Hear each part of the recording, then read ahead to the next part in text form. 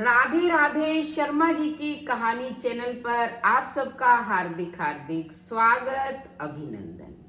हम सभी जो है श्राद्ध करते हैं। अब पितृपक्ष चल रहा है, लेकिन आज की पीढ़ी जो है इस बात पर संदेह करती है कि क्या जो हमारे पितर यानी कि पूर्वज मर चुके हैं, विभिन्न योनियों में चले गए हैं, क्या उन्हें हमारा किया हुआ श्राद्ध, अन्न और जल का दान मिलता है? तो आज मैं उसके बारे में आपको गरुड़ पुराण से बता रही हूँ। एक बार गरुड़ जी ने भगवान से प्रश्न किया कि प्रभु, इस संसार के अंदर जो लोग मरते हैं वो कोई पशु बन जाता है, कोई पक्षी, कोई देवता, तो वो तो खत्म हो गए, अलग अलग योनियों में चले गए। तो जब मानव यानी कि उनके पुत्र और पौत्र उनके निमित्त श्राद्ध करते हैं तो क्या उनको श्राद्ध मिलता है, क्योंकि वो तो अलग अलग योनियों में जा चुके हैं। तब भगवान ने कहा कि हे पक्षी राज, अपने कर्मों के अनुसार जो भी व्यक्ति मृत्यु के बाद अलग अलग योनियों में चले गए हैं उन्हें श्राद्ध का अन्न मिलता है। मान लो कोई मरने के बाद देवता की योनि में चला गया है तो उसे अमृत के रूप में, मनुष्य की योनि में गया है तो उसे अन्न के रूप में, पशु की योनि में गया है तो तिनके के रूप में, पक्षी की योनि में गया है तो उसे फल के रूप में, अगर गंधर्व की योनि में गया है तो भोग के रूप में, और अगर राक्षस योनि में चला गया है तो मांस के रूप में उसे उसी का आहार मिल जाता है जो भी उसके पुत्र और पौत्रादि श्राद्ध में दान करते हैं। जैसे प्रेत योनि में गए हुए पितरों के निमित्त अगर श्राद्ध किया जाता है तो उनको मोक्ष मिलती है, वैसे ही पुत्र और पौत्रों के द्वारा किए गए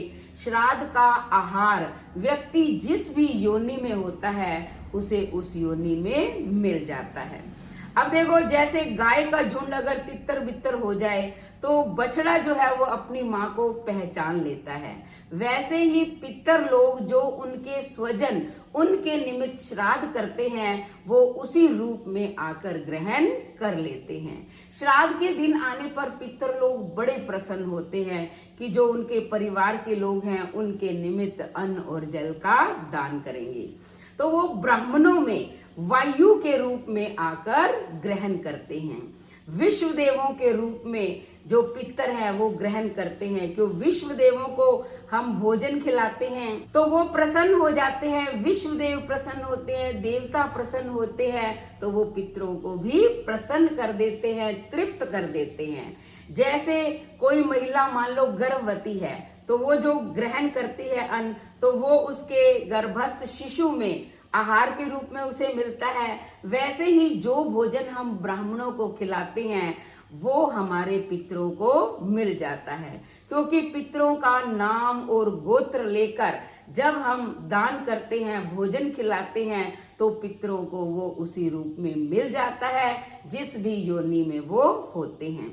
तो भगवान ने जो है सीता का उदाहरण देकर समझाया कि हे गरुड़, मैं तुम्हें सीता की बात बताता हूँ। जब वनवास भगवान राम को 14 वर्ष का हो गया था और उन्हें पता चला कि महाराज दशरथ की मृत्यु हो गई है, तो उन्हें पुष्कर जी में जो है श्राद्ध करने की सोची। श्री राम ने सीता को कहा कि मैं ऋषियों को निमंत्रित करता हूँ, तुम जो है श्राद्ध की तैयारी करो। सीता ने श्राद्ध की तैयारी कर ली और 3 ऋषियों को जो है उन्हें बुलाया गया। जैसे ही वो ऋषि भोजन करने के लिए आए और सीता जो है परोसने के लिए आई, तो सीता ने उन्हें देखा और वो तुरंत चली गई और जाकर के लताओं की ओट में छिप करके बैठ गई। भगवान राम ने सोचा कि अभी तो सीता आई थी, चली गई, पता नहीं क्या बात है। चलो, उन्होंने कहा कोई बात नहीं, मैं ही भोजन करवा देता हूँ। तो भगवान राम ने जो है उन ऋषियों को भोजन करवा दिया, यानी कि ब्राह्मणों को। जब वो भोजन करके चले गए तब भगवान राम ने सीता से पूछा कि तुम लताओं की ओट में छिपकर क्यों बैठ गई, तुम्हें तो भोजन परोसना था। तब सीता ने कहा कि प्रभु, मैंने एक बहुत ही आश्चर्यमय दृश्य देखा कि जो 3 ऋषि आए थे, मैंने उन एक ब्राह्मण के अग्रभाग में महाराज दशरथ के दर्शन किए, और जो साथ में 2 ब्राह्मण थे यानी कि ऋषि थे, उनमें भी 2 महापुरुष मुझे रघुकुल के ही दिखाई दिए। तो कहती है कि मैं जो है लज्जावश चली गई। सीता ने कहा कि मैं जब वनवास में आपके साथ चली थी तो राजसी वेशभूषा में थी, और अब मेरे ससुर महाराज अगर मुझे इस सन्यासिनी रूप में देखते तो वो हैरान हो जाते, इसलिए मैं उनके आगे नहीं गई। और दूसरा कारण ये था कि जो भोजन उनके सेवक भी नहीं करते हैं वो मैं पत्तों पर अपने ससुर और उन महापुरुषों को कैसे परोसती।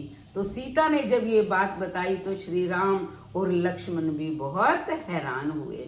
तो ये बात बिल्कुल सत्य है कि ब्राह्मणों के रूप में ही हमारे पितृ हमारे घर आकर हमारा दिया हुआ अन्न और जल ग्रहण करते हैं। इसलिए निस्संदेह इस पर शंका नहीं करनी चाहिए और बहुत ही श्रद्धा और सम्मान पूर्वक ब्राह्मणों को निमंत्रण देना चाहिए। जब हम निमंत्रण देते हैं तभी वायु मार्ग से हमारे पितृ उस ब्राह्मण में आ जाते हैं, और जब हम श्राद्ध कराते हैं तो वो बहुत ही प्रसन्न चित्त से खाते हैं और हमें आशीर्वाद देकर चले जाते हैं। एक बात और यहाँ स्पष्ट करना चाहूंगी कि हमें जो है 3 से ज्यादा ब्राह्मणों को निमंत्रण नहीं देना चाहिए, क्योंकि एक पिता, दादा और परदादा गरुड़ पुराण में इन्हीं का वर्णन आया हुआ है। तो इसका विस्तार भी नहीं करना चाहिए, ये कोई शुभ कार्य नहीं है। केवल पूर्वजों के निमित्त ही हमें अन्न यानी कि भोजन करवाना है, अन्न जल का दान करना है, इसलिए इसका विस्तार करना उचित नहीं है। भगवान श्री राम ने भी अपने पिता का श्राद्ध करने के लिए 3 ब्राह्मणों को ही निमंत्रण दिया था। तो आप भी अपने पिता, दादा, परदादा के निमित्त जो है ब्राह्मण को निमंत्रण दीजिए, उन्हें भोजन करवाइए, वस्त्र, अन्न, फल का दान दीजिए, दक्षिणा दीजिए। अगर मान लो आपकी दादी, परदादी या माता नहीं है तो उसके निमित्त भी आप ब्राह्मणी को भोजन करा सकते हैं, क्योंकि ये श्राद्ध में 16 दिन जो है बहुत ही महत्वपूर्ण है। जितना अधिक इनमें दान पुण्य किया जाता है, गायों को, कौओं को, कुत्तों को, गरीबों को दान दिया जाता है, उतना ही हमें फल मिलता है, हमारा पूरा वर्ष आनंद के साथ बीत जाता है। तो आज मैंने जो है गरुड़ पुराण से ये आपको पढ़कर सुनाया है।